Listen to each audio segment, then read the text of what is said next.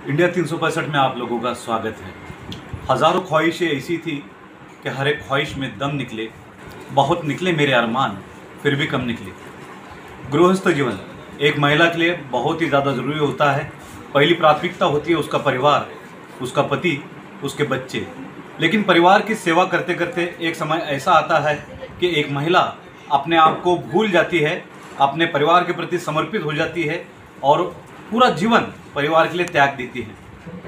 लेकिन आधुनिक दौर में जब एक ब्यूटी कॉन्टेस्ट का दौर आया है जिसमें सिर्फ मिस ही नहीं मिसेस कैटेगरी भी होती है और कई महिलाएं अपनी प्रतिभाओं को पंख लगाने का काम करती है। छुपी हुई ख्वाहिशें, छुपी हुई अधूरी इच्छाएं, अधूरी हसरतें पूरी करने का एक बेहतर अवसर होता है। इतना ही नहीं, अपने आप को सिद्ध करने का सबसे बड़ा अवसर होता है मिसेस ब्यूटी कंटेस्ट। हमारे साथ में है दीपा तोलानी जी, जिन्होंने न कि सिर्फ जलगांव, न कि सिर्फ महाराष्ट्र, पूरे हिंदुस्तान में अपने सिंधी समाज का और अपने जलगांव ज़िले का नाम पूरे हिंदुस्तान में रोशन किया है।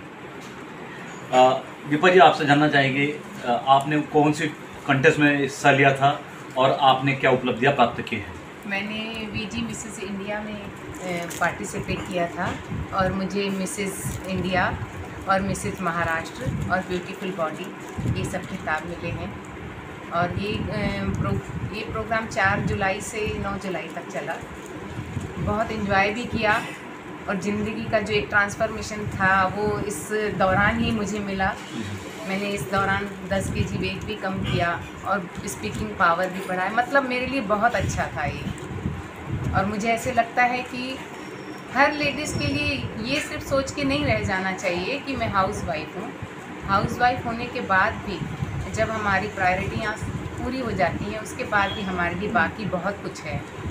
तो मुझे ये रास्ता जो मिला ना, तो मैंने यहाँ से ये सीखा है कि हम कभी भी कुछ भी स्टार्ट कर सकते हैं और उसको पूरा भी कर सकते हैं। दीपा जी, कहा जाता है कि किसी भी सफलता के पीछे बहुत ज़्यादा परिश्रम होते हैं, साथ ही में त्याग भी देने होते हैं, कई कुर्बानियाँ देनी होती हैं। जैसे कि आपने बताया, आपने पिछले कुछ माह में 5 महीनों में 10 किलो वजन कम किया, जो कि आसान नहीं था। इसी प्रकार से आपने इस कंटेस्ट के लिए कितना त्याग दिया, जिसमें पारिवारिक की जिम्मेदारियाँ होगी या फिर आपकी शारीरिक फिटनेस पे मेहनत करना होगा। इस तरह से कितनी मेहनत आपने की, कितना परिश्रम आपने किया? परिश्रम तो बहुत था। 2-2.5 घंटे रोज़ जिम जाना और उसके बाद ये वीडियो चैलेंज हमें मिला था। उसके लिए नॉलेज थोड़ा कम था क्योंकि वहाँ से टॉपिक हमें फिक्स होके मिले थे कि इस टॉपिक पे आपको बोलना है।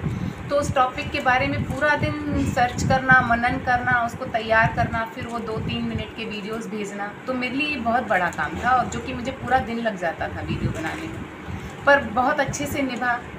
सबसे ज़्यादा खुशी इस बात की है कि जो अंदर में इच्छा रहती है कि काम आज पूरा होना चाहिए, वो मुझे में अभी भी क्षमता है कि मैं रोज़ का काम रोज़ फिनिश कर सकती हूँ।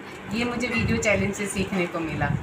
बहुत कंटेस्टेंट मेरे साथ थे, उनके नहीं होते थे, कभी वो 1 डालते थे, कभी नहीं भी किए, मतलब उन्होंने पूरे, पर मैंने 30 के 30 पूरे किए। ऑफ डे वाले दिन भी मैं वो जो शेड्यूल उन्होंने भेजा था उसको रोज़ सुनती थी।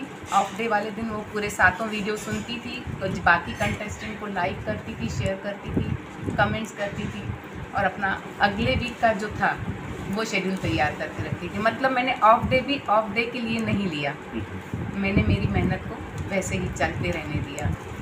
त्याग भी थोड़े बहुत तो करने पड़ते ही हैं। जब अपन कुछ ज़्यादा लेते हैं तो शायद कुछ होता है, तकलीफ भी होती है, तो उसको इग्नोर करते हैं। मेरे पूरे परिवार गोवा गए 5 दिन के लिए, फैमिली प्रोग्राम था, वो मुझे छोड़ना पड़ा।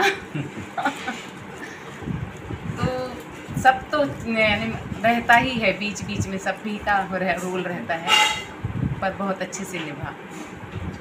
आपके परिवार के संदर्भ में जानकारी दीजिए। आपके परिवार में कितने लोग हैं और आपकी उनके प्रति और उनकी आपके प्रति क्या प्रतिबद्धता थी, क्या उत्तरदायित्व था? जैसे कि आपने कहा कि छुट्टियां थी, लेकिन छुट्टियों का भी, गोवा जाने का भी जो मोह था वो त्यागना पड़ा। उसी प्रकार से आपकी कई जिम्मेदारियां होंगी अपने परिवार के प्रति, तो क्या किस तरह से उन लोगों ने सपोर्ट किया आपको? सपोर्ट किया कि मतलब ठीक है, नहीं चल सकती हो तो कोई बात नहीं, वैसे ज़बरदस्ती तनाव यानी वैसा नहीं किया, मेरे ऊपर प्रेशर नहीं डाला कि ठीक है कर दिया। और सबसे बड़ी बात, सपोर्टिव तो मेरा परिवार वैसे भी है, हर बात के लिए मुझे बढ़ाया ही है आज जो भी है। नहीं तो सच में बाकी औरतों के जैसे मैं भी सोचती थी कि रहने दो, सब कुछ तो है घर में, पर वैसे नहीं है। माहौल अच्छा है, बच्चे पढ़े लिखे हैं, समझदार हैं, 2 बच्चों की शादी हो गई है, एक बेटा है यूपीएससी कोचिंग्स लेता है, बहू रानी है, वह भी जॉब करती है, अच्छी कंपनी में है वो भी। बेटी और दामाद दोनों आर्किटेक्चर हैं। छोटी बेटी जीएमसी मेडिकल कॉलेज में एमएस सर्जरी कर रही है। परिवार बहुत हेल्पिंग भी है और केयरिंग भी है। परिवार के संदर्भ में बात करते समय थोड़ी सी भावुक हो रही है या भावनिक हो रही है, लेकिन हम सभी दर्शकों को बताना चाहते हैं कि दीपा जी की सबसे बड़ी विशेषता रही इस कंटेस्ट में उनका आत्मविश्वास, और सबसे बड़ी बात उनकी प्यारी सी स्माइल, ये जो प्यारी सी मुस्कान है। हम चाहेंगे कि आपके चेहरे पे मुस्कान ही रहे, भावनिकता थोड़ी कम रहे, आंखों में आंसू कम रहे, ज़्यादा खुशियाँ रहे। और हम आपको बताना चाहते हैं कि दीपा जी सभी समाज को, विशेषतः वो महिला है जो शादीशुदा है, जो 40 क्रॉस कर गई है, 50 क्रॉस कर गई है, उनके लिए क्या संदेश देना चाहेंगे? मैं चाहूँगी कि ऐसा नहीं समझना चाहिए 50 हो गया कि बस 50 हुआ है, इसीलिए अब आज से हमें अपने लिए सोचना है, क्योंकि 50 तक तो हमारी बहुत सारी जिम्मेदारियाँ रहती हैं, प्रायोरिटीज रहती हैं, फैमिली है, ससुराल है, मायके हैं। 50 के बाद हम रिलैक्स हो जाते हैं, क्योंकि प्रायोरिटी वो मतलब वैसी प्रायोरिटी नहीं रहती है। तो मैं चाहूँगी कि सभी ने 50 के बाद अपने लिए जीना चाहिए, ताकि हम हेल्थी, फिट और अट्रैक्टिव रहें। और बाकी कैसे अपन अच्छे अट्रैक्टिव रहते हैं, कूल रहते हैं, तो हम बाकियों को भी वैसा माहौल देते हैं। तो मैं चाहूँगी कि सभी ऐसा सोचें कि अब हमें स्टार्ट करना है अपने लिए, एक नई जिंदगी की शुरुआत करनी है, जहाँ पर पारिवारिक उत्तरदायित्व पूरे हो गए हैं महिला के, उसके बाद से नई जिंदगी शुरू करनी है। याद आता है हमें वो पुराने युग का वो प्यारा सा नगमा, जिसके अंदर वहीदा रहमान जी थी और देवानंद साहब थे, और वहीदा रहमान जी कहती है कि आज फिर जीने की तमन्ना है, आज फिर मरने का इरादा है। इस तरह से एक नई शुरुआत महिलाओं ने करनी चाहिए, आपने कहा। अंत में आपसे जानना चाहेंगे कि ब्यूटी कॉन्टेस्ट में कई बार आपकी मतलब ब्यूटी के साथ में ब्रेन, बुद्धिमत्ता भी तलाशी जाती है, तो आपको कौन से प्रश्न पूछे गए थे और आपने उनका क्या उत्तर दिया? मुझसे पूछा गया था कि आपके रोल मॉडल कौन है और क्यों हैं, तो मेरा जवाब था अक्षय कुमार जी, जिनको मैं मानती हूँ, उनके रूटीन को, उनके काम को और उनका हर रोल को बहुत बखूबी निभाने को। तो मैंने वो जवाब दिया, बहुत खुश हुई। और उसके बाद एक बार मुझसे पूछा गया कि आप अपने बच्चों के बारे में क्या सोचती हैं कि उन्हें कैसा होना चाहिए, तो मैंने बोला मैंने बच्चों को ऐसा सिर्फ अपने लिए नहीं, सबके लिए जीना चाहिए, जो कि मैं अपने बच्चों को सिखाती रहती हूँ और मेरे बच्चे वैसे ही हैं।